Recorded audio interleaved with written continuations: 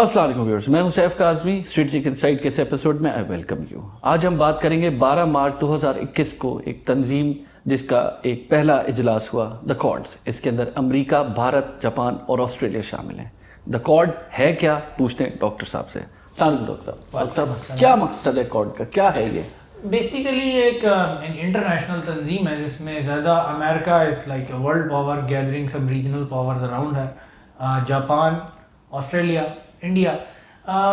Mainly تو اس کا مقصد کنٹینمنٹ آف چائنا ہے، چائنا کا گھیراؤ کرنا ہے۔ یہ تینوں ممالک چائنا کے ارد گرد اسٹریٹجیکلی لوکیٹڈ بھی ہیں اور پاورفل بھی ہیں۔ ان کے اپنے اپنے ان کے اسٹرانگ پوائنٹس ہیں جو امریکہ چاہتا ہے کہ چائنا کی کنٹینمنٹ میں یوز کرے۔ کوڈ بیسیکلی تو 2007 کا آئیڈیا ہے، پرانا آئیڈیا ہے، ٹرمپ کے دور سے نہیں، اس سے بھی پہلے 2007 میں اس کا سٹارٹ ہوا تھا، لیکن اس وقت بالکل بھی زیادہ اس کو پذیرائی نہ ملی تھی۔ پھر فوراً ہی آسٹریلیا اور جاپان کی گورنمنٹس چینج ہو گئی الیکشنز کے بعد، اور جو دونوں نئے وزرائے اعظم تھے وہ اس تنظیم کے کچھ زیادہ حق میں نہیں تھے، وہ چین کے ساتھ اپنے تعلقات استوار رکھنا چاہتے تھے، تو اس وقت تو یہ غبارہ فضا میں نہ اڑ سکا۔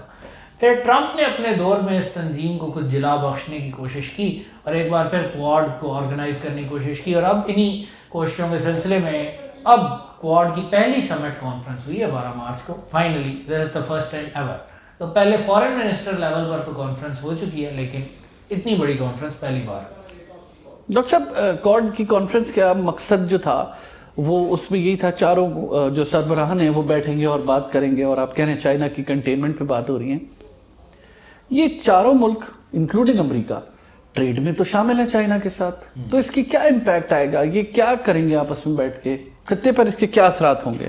بیسیکلی تو امریکہ چاہتا ہے کہ چین سے ڈی لنک کیا جائے، اس کے ایلائز کو بھی اور اپنے ایلائز کو بھی۔ اب چائنا کی سب سے بڑا ٹریڈنگ پارٹنر ہے، جاپان کا بھی، انڈیا کا بھی اور آسٹریلیا کا بھی، تو امریکہ ایک ڈی کپلنگ چاہتا ہے، ڈی لنکنگ چاہتا ہے چائنا سے، اور اس کے ساتھ وہ یہ چاہتا ہے کہ یہ ملک اسٹریٹجیکلی چائنا کو کامبیٹ کرنے کی پوزیشن میں آئیں، ساؤتھ چائنا سی میں بھی، ایسٹ چائنا سی میں بھی اور انڈین اوشن میں بھی، جس ریجن کو وہ انڈو پیسیفک کہتے ہیں۔ اور امریکہ کی جو ٹرم ہے وہ ہے جی free and open Indo Pacific. اور اگر جو بھی پالیٹکس کے طالب علم ہیں وہ شاید اس جوک کو انجوائے کریں کہ جہاں بھی لفظ فریڈم آئے تو اس کا مطلب امریکن ڈومینیشن ہوتا ہے۔ جیسے عراق میں فریڈم آیا تھا تو ابھی 2003 میں عراق کو آزاد کرایا گیا تھا، 2001 میں افغانستان میں فریڈم آیا تھا، تو اب وہ انڈو پیسیفک میں فریڈم پر زیادہ غور و فکر کر رہے ہیں۔ ڈاکٹر صاحب، چین کا کیا ریئیکشن ہے اس کے اوپر؟ چین کیا سوچ رہا ہے اس کے بارے میں؟ اچھا، چین کا ریئیکشن کوئی اتنا خاص نہیں ہے۔ چینیوں کا جو پوائنٹ ہے وہ یہ ہے کہ ابھی تو کچھ بھی نہیں ہوا، کوڈ کی کوئی کارکردگی بھی ایسی نہیں ہے، لیکن انہوں نے اپنی انٹینشنز واضح کی ہیں۔ جی جن پنگ جو چین کے لیڈر ہیں نے بیان میں یہ کہا ہے کہ اگر کوئی بھی یہ کوشش کرے گا کہ ڈی کپلنگ کرے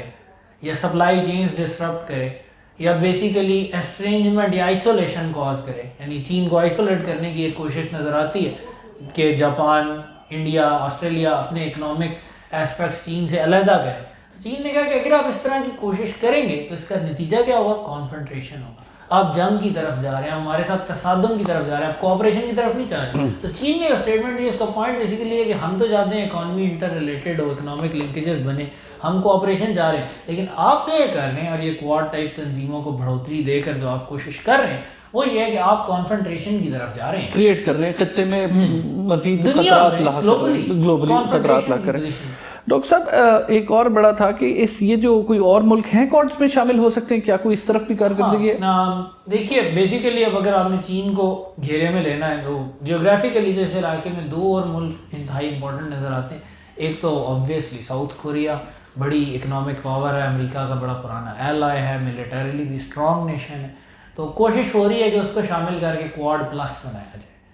اور دوسرا جس ملک پر ان کی نظر انتخاب فیوچر میں پڑ سکتی ہے، بھی اس بارے میں زیادہ باز گوش نہیں ہے، لیکن اٹس اونلی لاجیکل کہ ویتنام کو بھی اس فریم ورک میں شامل کرنے کی کوشش کی جائے، کیونکہ وہ بھی ایک امپورٹنٹ ریجنل پاور ہے، 79 میں چین کے ساتھ جنگ بھی لڑ چکا ہے، اور ویتنامی اس وقت ان کی اکانومی بھی اٹ از ویری اسٹرانگ۔ اور انٹرسٹنگلی ان تمام ملکوں کو اگر ہم دیکھیں تو ویتنام کا اکنامک لنکیج چین سے کم اسٹرانگ ہے، ویتنام کا سب سے بڑا ٹریڈنگ پارٹنر امریکہ ہے۔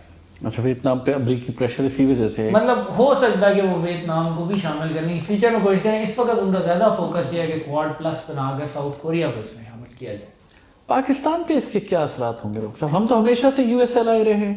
ہاں جی، لیکن ہم ہمیشہ سے چائنیز ایلائی بھی رہے ہیں۔ اب تو یہ کانفرنٹریشن اگر بلڈ ہوتی ہے تو دوسرا ہماری فارن پالیسی ایک لحاظ سے ریئیکٹیو نیسیسری ڈکٹیٹس کے جو انڈینز ہیں وہ ہمارے ہمیشہ ہاسٹائل رہے, ہماری تمام کوششوں کے باوجود ہاسٹائل ہی رہے ہیں. ابھی ہم نے بارہا عمران خان صاحب نے بھی انڈیا کو آلو برانچ آفر کیا لیکن انڈیا ریلکٹنٹ رہتا ہے.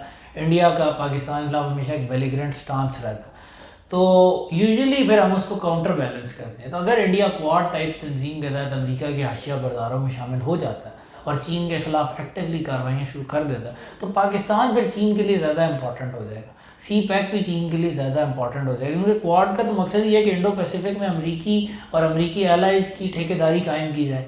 اسٹریٹس آف ملاکا کو ڈینجر ہو سکتا ہے جو چین کی مین آرٹری ہے پیسیفک اور انڈین اوشن ریجن میں, تو اس میں پھر سی پیک بہت امپورٹنٹ ہو جاتا ہے. ایک مضبوط پاکستان چین کے انٹرسٹ میں آ جاتا ہے, لیکن کنورسلی پھر امریکہ کے انٹرسٹ میں نہیں رہتا, انڈیا کے انٹرسٹ میں رہتا. تو وی کین ایکسپیکٹ اگر کواد کی تنظیم فیوچر میں مضبوط ہوتی ہے کچھ سالوں میں, اس کے ملٹری اور اکنامک لنکیجز مضبوط اگر ہو جاتے ہیں تو اس میں پاکستان کین ایکسپیکٹ کہ چائنا کی طرف ہمارا زیادہ کلوز لنکیج ڈیولپ ہوں گے. سی پیک ہمارے لیے اور زیادہ امپورٹنٹ ہو سکتا ہے, چائنا کے لیے اور زیادہ امپورٹنٹ ہو سکتا ہے, اور امریکن ہاسٹیلٹی کا سامنا ہمیں کرنا پڑ سکتا ہے فیوچر میں. خاص طور پہ ابھی جیسے ہی افغانستان کا ایشو حل ہوگا تو آپ دیکھیں گے کہ ہو سکتا ہے کہ بائیڈن گورنمنٹ جو بہت زیادہ ہیومن رائٹس کی گردان کرتی ہے اس کو انڈیا کی میسو ہیومن رائٹس وائلیشنز نظر آنا بند ہو جائیں گے, جو مسلمانوں کے ساتھ ادھر ہوتا ہے, دلتس کے ساتھ ہوتا ہے, کشمیریوں کے ساتھ ہوتا ہے.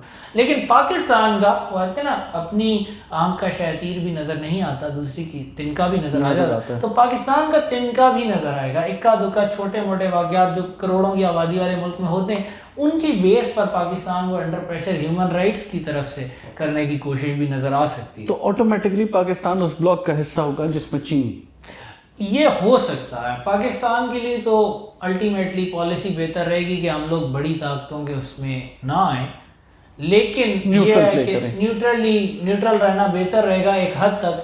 لیکن اگر یہ کواد والی تنظیم یا اور بھی اگر امریکہ ایسے انیشیٹو لانچ کرتا ہے اور ایک کانفرنٹریشن کی طرف جاتا ہے تو دنیا بڑے نازک دور میں پھر داخل ہو سکتی ہے. ایسے ویپنز آف ماس ڈسٹرکشن مطلب سیبوٹاج ہونے لگتا ہے نا, جیسے ہمارا سی پیک سیبوٹاج ہوتا ہے. ہاں, امریکہ تو چاہے گا اس صورت میں کہ سی پیک سیبوٹاج ہو, کیونکہ امریکہ تو چاہے گا کہ چین کو انسرکل کرے, تو سی پیک کا بند کرنا بھی اس کے لیے ضروری ہوگا. اس کے لیے ٹیررزم کا بھی سہارا لیا جا سکتا ہے, انڈیا کو بھی ہلاشیری دی جا سکتی ہے وہ پاکستان کے خلاف اور ایگریشن دکھائے. تو پاکستان کے لیے صورتحال نازک ہو سکتی ہے, اور اس صورتحال میں پاکستان کو اپنے ڈپلومیٹک ریلیشنز اور ملٹری ریڈینس اور اکنامک کنڈیشنز بہت زیادہ مضبوط کرنی پڑیں گی تاکہ ہم اس شوق کو, نازک حالات کو وتھسٹینڈ کر سکیں اور اس طوفان سے کشتی کو سلامت نکال کر لے آئیں. آن دا ادر ہینڈ اگر کواد فیل ہو جاتا ہے تو وہ پھر سیلف ایکسپلینیٹری ہے. اس کا مطلب ہے کہ جو امریکہ کی ڈی لنکنگ کی پالیسی ہے وہ ورک نہیں کی, تو اس صورتحال میں اسٹریٹجک سیناریو آف کورس مختلف ہوگا. ایک بڑا اہم سوال ڈاکٹر صاحب اس میں یہ ہے کہ اس نے ابھی تک کیا کارکردگی دکھائی ہے؟ کچھ سپورٹ کیا ہے کسی نے, کسی کے ساتھ کوئی ڈیل بن رہی ہے؟ ابھی تک کواد کی ایسی کوئی سگنیفیکنٹ کارکردگی نہیں ہے. ابھی تو یہ تنظیم ایک لحاظ سے نئی زندہ کی ڈونلڈ ٹرمپ نے, ان کا فوکس زیادہ تر ملٹری لنکیجز پر تھا. بائیڈن لیکن تھوڑی ہولسٹک اپروچ لے کر آئے, بہتر اپروچ لے کر آئے. ان کا پوائنٹ یہ ہے کہ کواد میں سگنیفیکنٹ اکنامک لنکیجز شامل کیے جائیں. انڈیا, آسٹریلیا اور جاپان کو امریکہ کے ساتھ اکنامکلی زیادہ لنک کیا جائے اور چین سے دور لے جایا جائے. تو دیکھتے ہیں اسٹریٹجی کتنی کامیاب ہوتی ہے. لیکن ابھی تک جو انہوں نے واحد ایک 2020 میں نیول ایکسرسائز ہوئی ہے, اور اس کے علاوہ جو ابھی سمٹ میٹنگ ہوئی ہے اس میں جو ایک سگنیفیکنٹ ڈیسیژن ہے وہ یہ کہ ساؤتھ ایسٹ ایشیا کا ریجن جو انڈو پیسیفک میں بہت امپورٹنٹ ریجن ہے, اس کے اندر ویکسینز کی ترسیل کے لیے ٹھیکہ کواد کی طرف سے انڈیا کو دیا گیا کہ انڈیا 1 بلین ویکسینز مینوفیکچر کرے. میجر فنڈنگ جاپان اور امریکہ سے آئے گی, اور ڈسٹریبیوشن اور لاجسٹکس میں آسٹریلیا سپورٹ کرے گا. تو یہ کواد یہ ایک جوائنٹ انٹرپرائز ہوگی, جو اس میں ویکسین. اور انٹرسٹنگلی اسی علاقے میں چائنیز فری ویکسینز پہلے سے ہی ڈسٹریبیوٹ کر رہے ہیں. تو ایک لحاظ سے کواد نے ادھر بھی چین کا مقابلہ کرنے کی کوشش کی کہ ہم انڈیا میں ویکسینز بنوائیں گے, جاپانی اور امریکی پیسوں سے منگوائیں گے, آسٹریلین ٹیکنیکل سپورٹ لیں گے. اور کواد کا یہ ایک پائلٹ پروجیکٹ نظر آتا ہے چھوٹا سا. تو آگے دیکھتے ہیں کہ کواد جو ہے وہ کتنا ایکسپینڈ کرتا ہے یا کتنا ایک پریکٹیکل سٹیپس مزید لیتا ہے. ابھی تک اٹس ناٹ مچ, لیکن it's just a beginning. Thank you doctor صاحب, thank you so much. The Quad کا پہلا اجلاس ختم ہو گیا. خطے کے اوپر اس کے کیا اثرات مرتب ہوتے ہیں یہ دیکھتے ہیں. کوآپریشن جیتتی ہے یا کنفرنٹریشن جیتتی ہے؟ دیکھتے رہیے اسٹریٹ چیک انسائٹ.